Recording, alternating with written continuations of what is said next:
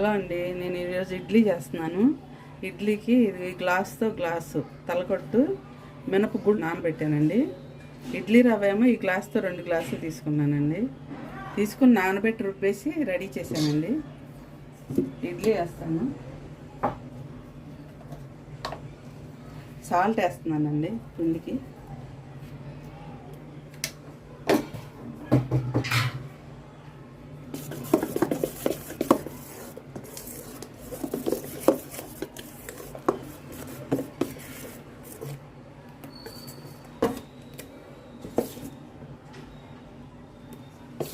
పిండి నానిపోయి పొంగిందండి.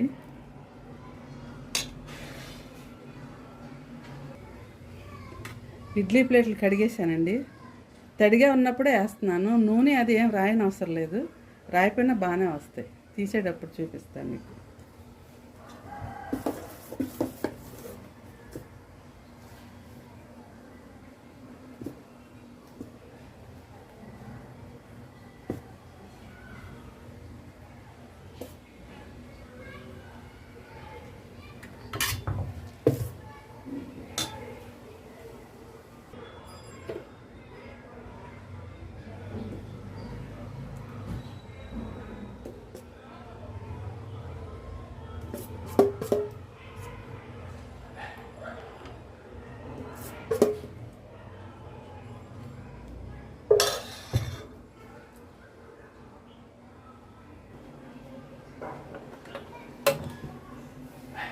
గిన్నెలో నీళ్ళు పోసానండి, పొయ్యి మీద పెడుతున్నాను.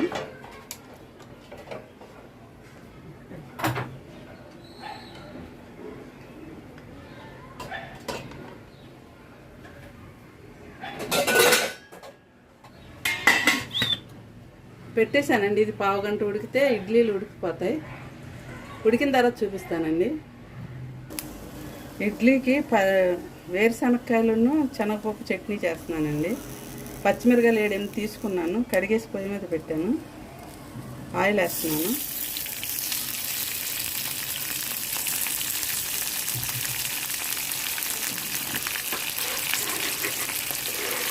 వేరుశనగ గుళ్ళు,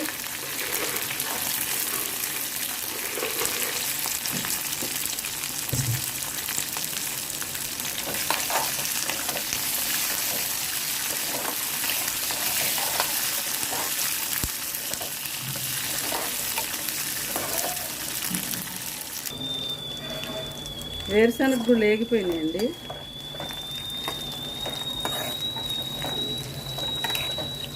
ఇప్పుడు స్టవ్ ఆపేస్తున్నాను. ఇందులో వేయించిన శనగపప్పు వేస్తే ఈ వేడికి కొంచెం ఇది కూడా వేడయ్యి త్వరగా మిక్సీ బాగా అవుతుంది.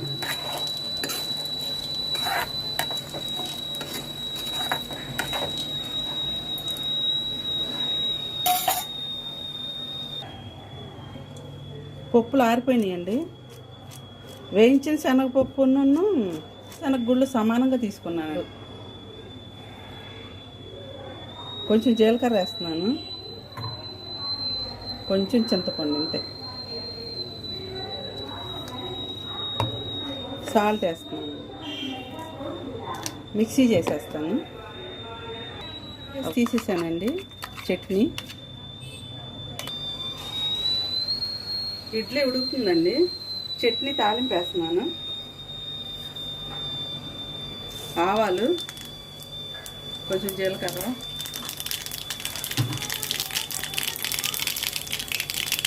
ఎండుమిరపకాయలను కరివేపాకు.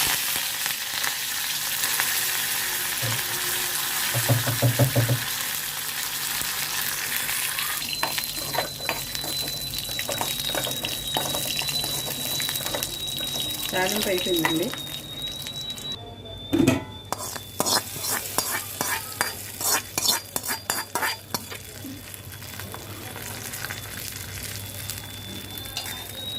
ఇడ్లీకి చట్నీ రెడీ అయిపోయిందండి.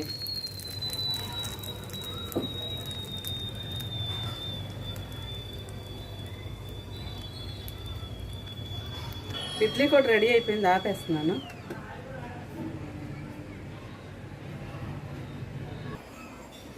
ఇడ్లీ రెడీ అయిపోయిందండి.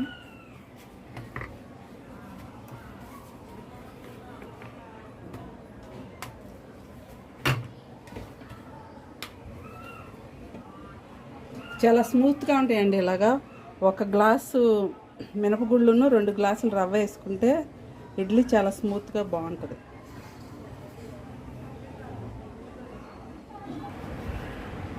ఇడ్లీ రెడీ అండి. నెయ్యి, కారపొడి, చట్నీ. మా ఇడ్లీ మీకు నచ్చినట్లయితే లైక్ చేయండి, మీ ఫ్రెండ్స్కి షేర్ చేయండి.